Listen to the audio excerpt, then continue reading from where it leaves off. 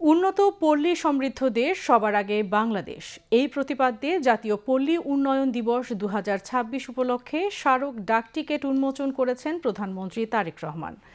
আজ সকালে সচিবালয়ে প্রধানমন্ত্রীর কার্যালয়ে তিনি এই স্মারক ডাকটিকিট উন্মোচন করেন।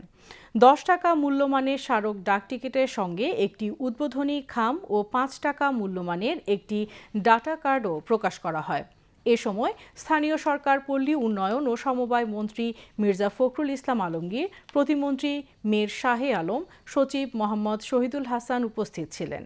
৬ জুলাই জাতীয় পল্লী উন্নয়ন দিবস উপলক্ষে বাংলাদেশ ডাক বিভাগ প্রতি বছর বিশেষ স্মারক ডাকটিকিট, উদ্বোধনী খাম ও ডাটা কার্ড প্রকাশ করে থাকে।